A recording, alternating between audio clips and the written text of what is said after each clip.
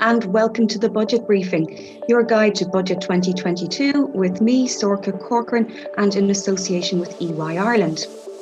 Well, after much speculation, leaks and spinning, the budget is finally out. And I'm joined by a panel of economists and experts to help sift through the detail and find out what money went where and how businesses will be affected or boosted by the government's plans.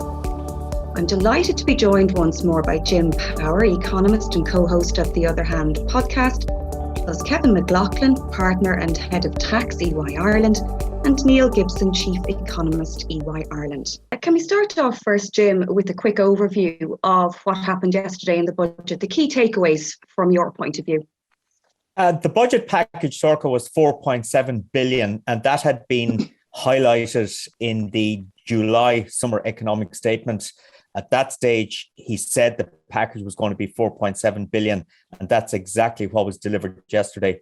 4.2 billion of that was expenditure measures. A lot of those had to do with demographics and the implications of demographic change, aging population, and so on. And there was about 1.4 billion in new expenditure measures. And on the expenditure side, there really was a scattergun approach. A lot of money was thrown at a lot of different things. And the recipients of that money will wake up this morning feeling very, very modestly better off, but nobody will wake up feeling significantly better off. So very much a scattergun approach, something for everybody in the audience on the expenditure side. And then the package of taxation measures was a net reduction of 500 million in taxation. And that included 230 million in tax raising measures, mainly the carbon tax increase, 750 on the ton of carbon, and the increase of 50 cents in 20 cigarettes. But all of the other tax measures were basically honed in on a widening of the tax bands and allowances. So no surprises. As I say, a scattergun approach, tried to hit a number of key areas. There was a lot of talk about housing. There was a lot of talk about health. There was a lot of talk about climate change, and quite a bit of talk also about the corporation tax piece. And the one thing I would say is that looking at the 5-year projections for corporation tax receipts, last year we collected 11.8 billion. This year, they're projecting 13.8 billion. And by 2025, they're projecting over 15 billion. So what they are suggesting is a belief within the Department of Finance that the tax deal that was done at OECD level, that still has a lot of water to flow under the bridge before we see exactly what it's going to look like. But they don't believe that that is going to have a significant impact on the absolute level of corporation tax we collect. Okay, and on that tax point, Kevin, what did you make of the budget in terms of tax cuts and just your insight as well on the corporation tax having gone up or going up to 15%? Yeah, I think as Jim has kind of pointed out, really, tax was a small part of this in overall terms. I think at 500 million, it was probably just around 10% of the total package. I think that there is a fairly significant widening of the bands at at an income tax level, which again, has probably been one of the more significant widenings of those bands in recent years. I think the piece that it gets a little bit lost at times is when you do look at the pluses and the minuses. So out of that, effectively, people will essentially have to fund increases in carbon tax on fuel, on heating, and again, what didn't get mentioned yesterday, but which was announced during the summer, was again increases in local property tax effectively because of a rebasing of the valuation. So I'd say if you took that into account on a net basis, actually tax probably neutral in overall terms from the budget yesterday. I think it was always going to be the way. I think yesterday wasn't necessarily going to be about taxation per se. I think in terms of the international tax commentary, and I think the minister spent quite a bit of time in his speech talking about the events of last week. very much, I think, talking about the significance, I think, from an Ireland Inc. perspective of two particular points. One is the ability to keep the 12.5% tax rate for I would say the vast majority of Indigenous businesses, and then to basically agree a situation where we would sign up to 15%, but have the ability to stick at 15% and not be in a situation where that rate could be raised by others, if you like, without Ireland's input. So I think he would have seen both of those as very significant. I think the projections are interesting, because I think within that, I think there are these so-called two pillars to this international tax reform agenda at the moment. And on one of them, I think the government estimates that, this Department of Finance's estimate that, potential lost revenue from one of those changes might be in the order of 1.5 to 2 billion. Obviously, the increase in rate, you'd simplistically assume, will increase revenue. So maybe those projections and the kind of positive growth, if you like, in those projections reflect that anticipated loss of one of the pillars and perhaps some gains from the increase in rate on the other. Yeah, and one of the figures that stuck out for me, Neil, was the €50,000, debt that each one of us has €50,000 debt. So I think it's important to kind of, I know Pascal Donoghue was keen to really get across the big picture when he was being asked about, the €5 increase in pensions and talking about individual people's reactions. He was keen to keep going on about the big picture and the debt side of things. I mean, did he do enough there? I mean, did you think he took the right approach in terms of a sustainable path for our public finances?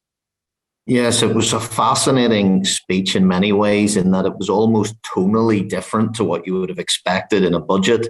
The sort of implicit message was that we're almost doing the wrong thing by saying, well, I personally be any better or worse off. There are bigger questions at stake here. The world is burning. We have climate change. We have a housing crisis. So it's really, there are societal and planetary or environmental questions that need addressing. And therefore, that there was a very much a downplaying of here's a little bit for this individual or this group or that area or that place. That was almost no individual place was mentioned, for example. Ireland's GDP numbers, very unreliable figure that they are, but nevertheless, fastest growing on that measure last year and this year. He didn't even mention that. Now, put those figures in the hands of almost any other country, and whether they were reliable or not, you would have got a little bit of sort of self-aggrandizing about how wonderful we're doing.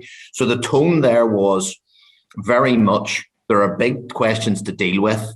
That €50,000 was in there to just remind people that the big macro picture is challenging. And that was really to give a little bit of permission almost that the improvement in the public finances, which, let's be clear, almost every macroeconomic indicator, jobs, deficit, is better than both the department and forecasters like myself had predicted. The last time Ireland came out of a global crisis, it wasn't even in a position to write its own budgets. So the fact that you have anything to maneuver with is something to be pleased about in any case. But what I really thought stood out to me was that messaging around, look, we have some very significant challenges to face into, mentioned price rises, mentioned cost of living increases. So therefore, this extra leeway we had in the public finances, we have not done anything extra with that. No more giveaways. We haven't poured that money back into anything. And to be honest, I think that was the right call. It will please the Fiscal Council and many economists who say, look, you've got to be careful how much money you pour in when the economy is enjoying a sharp recovery. But more importantly, from my perspective, it gives a little bit of ammunition for future budgets when perhaps the challenge is a bit more difficult. I mean, one of the things I think is a huge contrast is to look at budgets elsewhere in the world. Almost every other economy has had, much in the UK, very prime example, national insurance and a corporation tax rise that's going to be greater than Ireland's increase. So most other economies, Germany, US, are already having to make more urgent tax decisions to repair the public finances. Ireland has been able to essentially place a bet on itself that it will continue to perform better than many commentators expect it's feasible. And it's done so far, but that was the bet in it. So what I took away from this budget was it was beginning to change the narrative to the budget is about Ireland Inc. or the world around us, not just can I look in the ready reckoner and see whether I have 2, 4, 6, €10 more or less. Now, we'll never fully come away from that, of course, but I think that was an interesting tonal message. It felt more like a State of the Nation type address almost than a budget with the sort of theatre and pantomime you normally expect with one of those. So I thought that was probably the most interesting thing. Important thing about that €50,000 is that's a big number. It certainly is. There are other countries that have numbers of that scale. Not many, I have to say, and bigger than the equivalent figure in the UK, for example. But the key question is, are you adding to that debt? And again, the messaging there was Ireland will grow fast enough to make that debt affordable, but he signalled the potential risk that rising interest rates could put on that servicing of the debt. So important number, but it was in that tonal message of there are bigger issues at stake than just individual circumstances. And that's why if you look at the wording, housing and climate took up the vast amount of real estate in the speech. Yeah, and let's go further with that climate question, Jim. I mean, you felt the climate package was minimal and disappointing. Give us more on that. Can I just say, before I answer that question, if I might just go back to something Neil was saying there. I mean, to me, the message was very clear in the budget, is that the state in this country is going to get increasingly bigger. If you look at the expenditure projections out over the next 5 years, there is no attempt being made to roll back on the spending that occurred as a result of COVID. So the improvement in the public finances is not going to be delivered by any attempt to control public spending. Instead, it's going to depend on GDP growth, bringing the debt to GDP ratio down. And secondly, continuous growth in tax revenues. And if you look at the tax revenue projections out over the next 5 years, they're going to grow to about 80 billion. That's the expectation.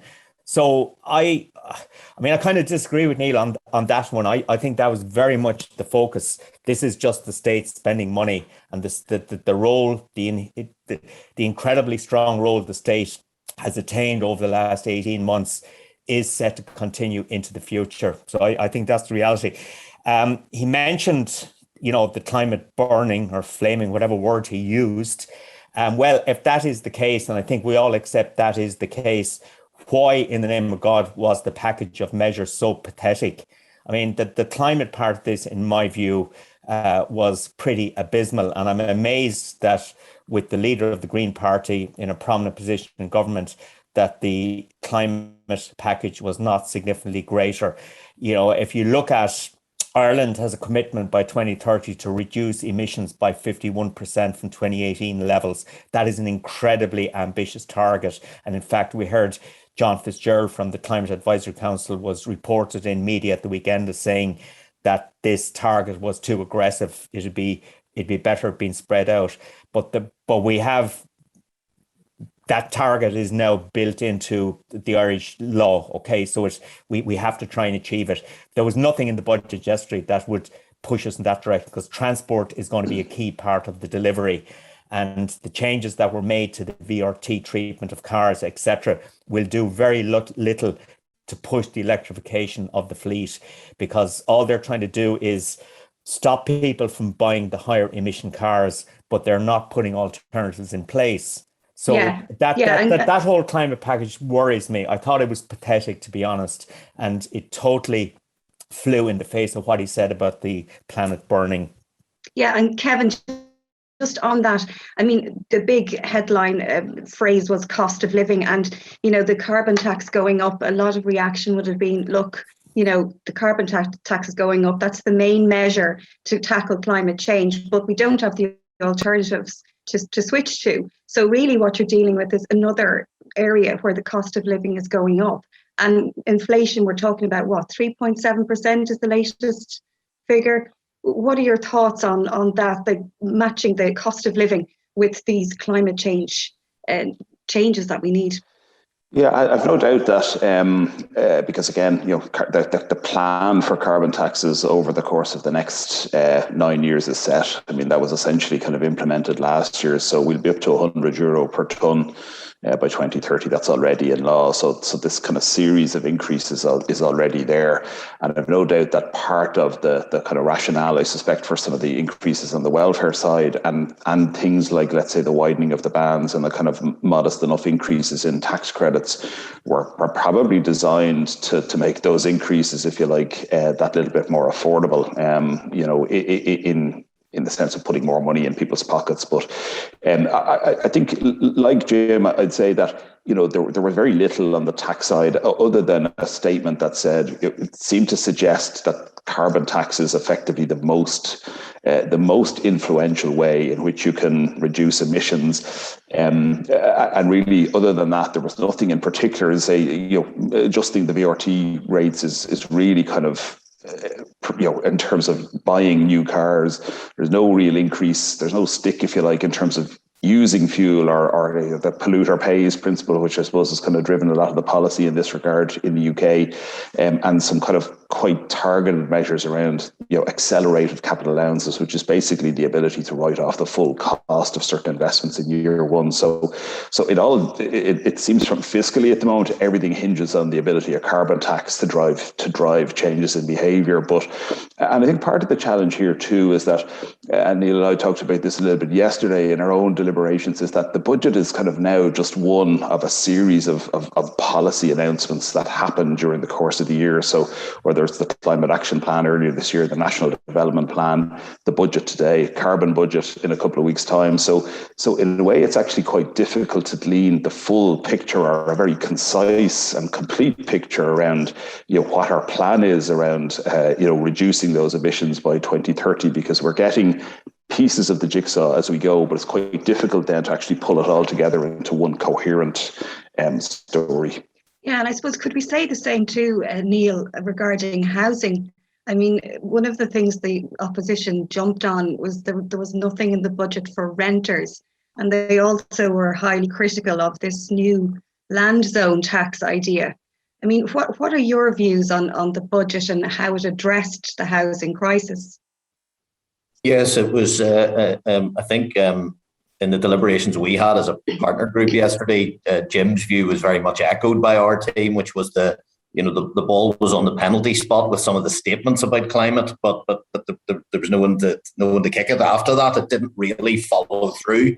On housing, again, took up a huge amount of real estate in the speech, but actually, will that really address the fundamental challenge, which remains a mismatch of demand and supply, just simply not enough volume, and hasn't been for some period of time? Very little sense. I mean, I think many people recognise the direction of travel in terms of trying to encourage development of sites is a good one, but we've seen the efforts in the past not deliver quite what was required. I actually think it was interesting that, that housing and climate, as I say, took up the bulk of the words he said. Health, actually, as a word, was only mentioned twice. If you compared that to a UK budget, health would be the word that was mentioned almost exclusively. And it shows you where the political battleground is in Ireland, which is very much housing is the top question at the moment. One thing I would say on housing, of course, is that it is not an easy solve, no matter what ideas are out there. This is something Ireland's wrestled with for a very long time. It has got some history in this space, which adds a little bit of nervousness and anxiety. And certainly as an economist, the current trajectory of house prices is incredibly worrying in Ireland for me in terms of that cost of living competitiveness, being able to attract people. And let's be honest, the pandemic has made the free movement of labour around the world at least a little bit more challenging, perhaps only in the short term, but maybe for a little bit longer. People's attitudes to staying close to family, to friends, a little bit. And Ireland has a model that relies very much on a flow of talented labour coming in. And to do that, it has to have not just the housing. One of my points I always make about housing is when we talk about increasing the housing supply, it has to go hand in hand with the delivery of the services that go with it. So education, healthcare. And so there's a huge cost of that extra population that's absolutely required given our ageing demographics. But I didn't see anything in the budget yesterday that was a sort of radical change to the housing market that would suggest that that's going to change radically. And I would say that, if you put me on the spot and said, economists naturally are worried all the time, but the number one worry for me remains rising prices. And they've got away from us before in Ireland. there's the possibility that we're on a much more aggressive price cycle than actually some commentators have expected. And what I did like in the speech was the recognition that some of these prices may be here to stay. And if you looked at previous commentary, say in the summer, it was very much inflation's just a one-off. It's a temporary thing, a small step up. We'll be back to normal next year. There's an important line in the speech, which I would fully concur with. There are some underlying pressures here that now mean rising prices, competitiveness of a location, housing costs are going to be a feature of the next 12 to 24 months. And I don't think this is going to be the last we're going to hear on the housing front. There's a lot, as Kevin said, there's a lot of other publications now coming along and new announcements, but there was not enough again yesterday to do anything significant about the problem that's there. It was rather more the optics of saying housing and climate are our two real challenges. Maybe the public finances bought another year before the toughest of questions come, maybe if being generous, but that certainly was the theme. Look, we're teeing up the scale of the challenge, but you couldn't say that the measures then said they're sufficiently great that we have to do something radical. Yeah, and also there was mention of over 400,000 jobs being created in the next 2 years. Now, it ties in with the housing question. It ties in with the corporation tax rate going up. Ireland's attractiveness as a location. There's talk about the Great Resignation. That around 40% of people in the survey said they're looking at moving jobs. It's all very well saying 400,000 jobs, but Kevin, what kind of jobs are they? Is this just something again that the government is saying to I suppose, please us? Yeah, I mean, I think it's a really interesting one, because I think there's parts of the economy that have never stopped over the course of the last couple of years that have continued to actually grow very strongly, particularly technology and life sciences. And they've been sectors that have had always huge demand for talent, and that demand hasn't changed in the last couple of years. If anything, probably got a bit exacerbated. I think there's definitely more, I suppose, as the economy fully opens in the months ahead, you'd expect there to be more of a, let's call it, a return to employment in those sectors, a return to let's say pre-pandemic levels of employment in those sectors. But I think that the challenge, if you ask businesses now, those who, let's say, who aren't, I suppose, part of that final wave of reopening, most businesses will say now their biggest challenge is talent. And that was the case pre-pandemic. That'll definitely be the case, I think, in the years ahead. It was acknowledged yesterday as one of the factors that was probably helping to drive inflation, and certainly that accords with what we would see, from our own clients and ourselves. But I think that the solutions to that are almost as intractable as housing. Because I think, as Neil says, I think fundamentally, kind of our growth in employment has been driven by our ability to obviously develop our own kind of talent, plus tap into a broad labour pool in the European Union. COVID has obviously put the brakes on that a little bit, particularly in terms of inbound migration, but yet the economy is roaring back into life, creating lots of opportunities for people. So there's no shortage of employment opportunities. I think there is a shortage of talent, and that's the piece that this is really struggling at right now. Yeah, and in terms of that, Jim, I mean, the supports then for businesses, we call it WIS, isn't it? The wage subsidy scheme has been extended to April. In terms of you had said before you didn't want any measures that would punish businesses. What is your take on that side of things? How well this budget seems to support businesses coming out of the pandemic? Yeah, well, my overall assessment would be that there wasn't anything really in the budget that would hurt business. Okay.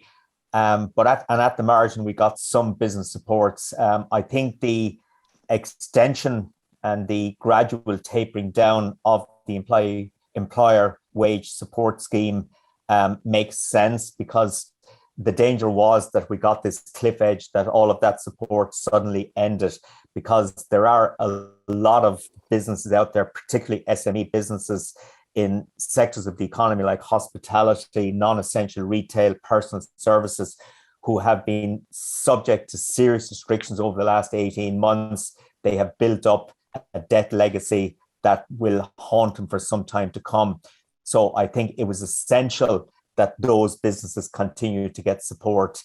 And the detail remains to be seen as to how exactly what the criteria will be for the continuation of the receipt of the EWSS. Okay, but that definitely would be welcomed by business. The second issue is the extension of the commercial rates waiver.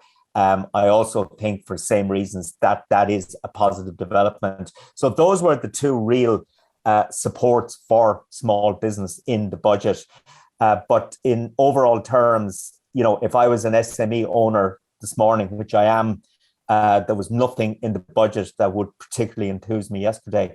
As I say, the size of the state is growing and the tax burden on the state is growing, and it can only get worse. And Neil, do you agree with that? Yes, it's been if we try to put a sort of a positive hat on, there are job creation numbers are running ahead of what any commentator would have expected. Certainly, I felt there would be more sticky unemployment, if you want to call it that. People falling out of the labour market, not quite having the skills to match up to job vacancies, and there may still be a little bit of that to come, I think. But overall, the labour market's shown great resilience, and actually, although this is not always what many of my clients would like to hear, having to work hard to get the talent you need isn't the worst thing to have in an economy or a society. You have to be an employer with the right reward, the right conditions, the right culture, the right way of working. So when you're having to work hard to get the best people, that's not the worst thing, I think. I think we'd think of, if we think of our own, in my case, you think of your children, you think, well, you want them to have a choice of good employment options. And so in one sense, the fact that we have to have a real hard, it's hard yards for business to get the best people. I don't actually think as a society for Ireland Inc., I think that's actually a fairly decent outcome. And as Jim mentioned, though there was not very much in it, if we stepped outside and thought, what have we just lived through? What have the public finances undergone? What do we see in the UK and Germany and the US? And we've got a bit of time before maybe some of those more urgent corrections of the finances come. So we should maybe be grateful there wasn't much, as Jim says, to make us feel a bit worse. I think Jim makes a very real point. It's something I've said for a long time, is that we're in an era now, though, globally almost, but certainly in Ireland and the UK, where tax is coming to meet the spending, not the other way around. Now, that we may believe health, education, lots of reasons why we think that's a journey that we need to increase the tax pot. But you have to be very, very confident that every euro of that's being spent as well as it can.